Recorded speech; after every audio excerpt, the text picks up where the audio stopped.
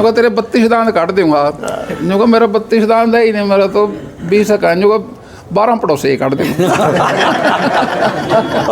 ये कैंडिडेट भी आप जैसा ही है, जैसे आप और जैसे देखो करीब इनके पास कोई चले जाए कब मर्जी चल जाओ, इन्होंने कुछ नहीं पूछा कहाँ से है कहाँ से नहीं, आप और भी काम बता दे। चलो ऐसा तो आपको क्या लग रहा है जी, क्या माहौल है सिरसा में?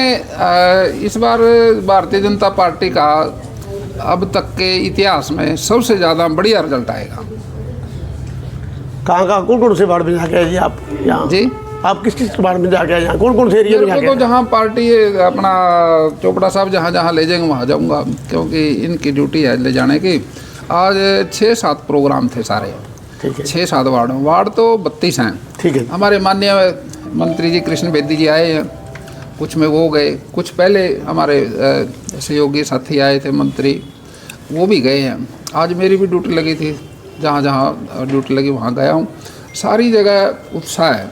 भारतीय जनता पार्टी की खूबी है, वो लगातार एक संगठन पे काम करती है, लगातार कंटिन्यूस पूरे साल, और वो बूथ को मजबूत करती है। हर चुनाव में हमारे बूथ मजबूत होने लग रहे हैं, और इलेक्शन जो है वो बूथ से जीता जाता है। जितना बूथ मजबूत होगा उतना वहाँ का रिजल्ट बेहतर आएगा, और जब एक बूथ मजबूत होता है तो हम सारे चुनाव जीत जाते हैं, चाहे वो पंची का है, चाहे सरपंची का है, चाहे नगर पालिका का है, चाहे नगर परिषद का है, चाहे वो निगम का है ना। उसी बूथ पे सबकी वोट डालेंगे। अगर हम अपने बूथों को मजबूत करते हैं तो हम सारे चुनाव जीत जाएंगे।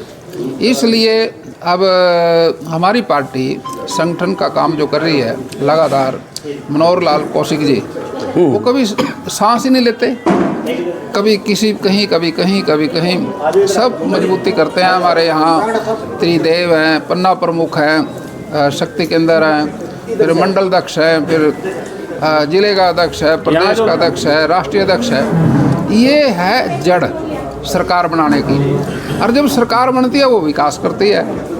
जब विकास और संगठन मजबूत हो जाएगा, सरकार बनने पे विकास होगा तो लोगों को सुविधा मिलेगी। अब कितना बड़ा काम किया सरकार ने, बिना खर्ची के, बिना पर्ची के नौकरियां मिली है। आप खुद पता कर लो, अपने गांव में कर लो, शहर के किसी वार्ड में कर लो, उनसे पूछो भाई कोई नौकरी मिली किसी को, वो कहेगा जी हमारे 10 आदमियों को नौकरी मिली। उनसे पूछो भाई क्या तुम्हारी सिफारिश थी, या तुम्हारे पास कोई पैसे की दिक्कत तो थी क्या इसमें सिलेक्शन में? वो कहेंगे नहीं जी, ना सिफारिश थी ना कोई पैसे की बात थी, नो सिफारिश नो खर्ची। अब इतना बड़ा काम जब हो जाता है तो लोगों का रुझान फिर सरकार की तरफ, पार्टी की तरफ बढ़ता चला जाता है। कांग्रेस के राज में आगे की बात ये, बच्चे कहने लगे थे अपने परिवारों के मुखिया को, भाई पढ़ाई से नौकरी नहीं मिलती, कोई किला बेच ले, कोई प्लाट बेच ले, किसी नेता को दे दे पैसे, मेरे को नौकरी मिल जाएगी। वो बात बहुत खतरनाक थी। पैसे वाला, सिफारिश वाला नौकरी लेता था। अब ऐसा नहीं है। अब जितना बच्चा पढ़ेगा, जितना बच्चा मजबूत होगा मानसिक तौर से, खेल के हिसाब से, उसको एक एक परिवार में 3-3, 4-4 को नौकरी मिल गई बिना सिफारिश। वो बच्चे होशियार थे, मिल गई, नो खर्ची नो पर्ची, मेरिट के आधार पर। हाँ, अब देखिए अभी ये जो वातावरण बना अभी है, हमारे माननीय मनोहर लाल खट्टर जी ने इस पे बड़ा काम किया, और उन्होंने जो कुछ भी प्रदेश के लिए दिया उसके रिजल्ट अब आने लगे। और मोदी जी का प्रयास, मनोहर लाल खट्टर जी का प्रयास, और नायब सैनी जी का 24 घंटे का घूमना फिरना, प्रदेश के अंदर लोगों की बात सुनना। चंडीगढ़ जो कोठी है उसका गेट ही नहीं बंद होता, रात के 12 बजे जाओ, 1 बजे जाओ, सुबह जाओ, शाम जाओ, सबकी बात सुनते हैं। इसलिए लोगों का वातावरण बन गया भाई विकास के लिए राष्ट्रीय पार्टी को ही मजबूत करना बेहतर है। क्षेत्रीय दलों का रोल तो होता है, लेकिन वो क्षेत्रीय समस्याओं को सुलझा सकते हैं, राष्ट्रीय समस्याओं को नहीं सुलझा सकते। इसलिए देश के अंदर बड़े राष्ट्रीय दल होना देश के विकास के लिए फायदेमंद है। मोदी जी वीआईपी कल्चर खत्म हुआ है, जैसे नायब सिंह सैनी जी से हर बंदा मिल सकता है, और आपसे ही मेरे को लग रहा है आपके बस बैठने से भी कोई बंदा मर्जी आपको मिल सकता है, वीआईपी कल्चर खत्म हुआ है क्या? इससे भी कुछ फायदा होगा इस इलेक्शन के अंदर? बाबू जी हमारे को तो बाथरूम में मिलते हैं लोग। राणा जी ना लग रहे भाई को पहले मेरे कान पर टेलीफोन कर दो जी, आप फिर ना लियो। देख कल्चर वीआईपी कहाँ रह गया? मंत्री से कभी मिल लो, मुख्यमंत्री से कभी मिल पहले की सरकारों में देखने को मिला, जब भी कांग्रेस की सरकार थी, इनेलो की सरकार रही है, तो वहाँ कोई मंत्री से मिलना दूर की बात है, बात नहीं हो पाती थी। पर इस सरकार के अंदर ये देखने को मिला, नायब सिंह सैनी से हर आम आदमी, छोटा छोटा व्यक्ति मिल सकता है। और आपसे भी हम आपके पास बैठे जैसे, तो आपके साथ कोई मर्जी बंदा बात करे। इस चीज़ का वो फायदा इन इलेक्शन के अंदर नगर नायब सैनी जी तो ऐसे मुख्यमंत्री हैं। आप भी जब यहाँ आएंगे 27 तारीख को, आप एक चीज़ वाच करना, जब वो गाड़ी में चलेगा ना साथ में जाने के लिए प्रोग्राम में, जिस रास्ते से वो जाएगा, अगर वहाँ खड़े नज़र 5 आदमी भी खड़े नज़र आ गए, वो ड्राइवर कहेगा रोक ले, वो हाथ पकड़ लेंगे ऐसे, जो दूसरी कहेंगे वो ऐसे। बाबू जी सुरक्षा की बात है, जो का मेरे को कोई खतरा नहीं। उन 5 आदमी को बुलाएगा, आओ भाई बताओ क्या दिक्कत है, तो वो खुश होंगे। मुख्यमंत्री ने बात करी हमारे साथ, ये हुआ था कि यही शहर में चर्चा, देखो वो गोवा बैठे थे, हवेली के पास बाहर खड़े थे, अपने खट्टक जी वो ऐसे खड़े थे, गाड़ी रोक दी, बोला एप्लीकेशन देनी है, वो बोला हाँ जी ले आओ।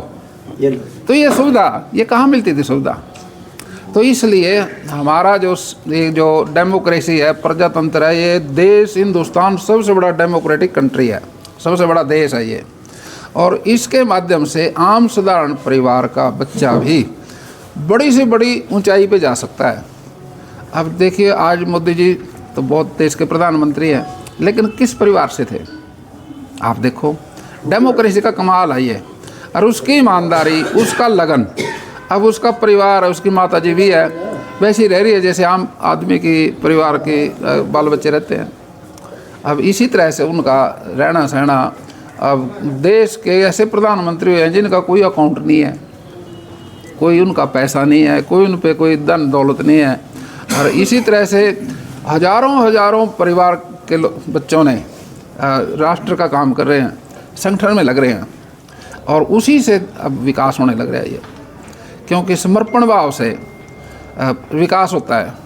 तुलसी जी ने सारी उम्र इच्छा करी भी परमात्मा से मिलना, जब वो अपने प्रयास से नहीं मिल सका तो उसने समर्पण कर दिया, भाई तो मेरे को मिलता नहीं, अब जो होगा परमात्मा के सारा। जब समर्पण करा तब मिल गया। समर्पण से सब कुछ हो जाता है। हम साधारण से साधारण आदमी भी जो समर्पण भाव से किसी पार्टी में काम करेगा, वो बहुत ऊंचाई तक जा सकता है, समाज ऊपर उठा देता है उसको। और जब लोभ लालच की बात आती है, तब गिरने की भी सीमा नहीं होती। ऊंचाई करने के लिए तो बहुत टाइम लगता है, गिरने में सेकंड लगती है। किसी न किसी तरीके से घटना घट रही है, कोई कहे ग्राम भाई यश अपयश मरना जीना लाभ आने विधि के हाथ।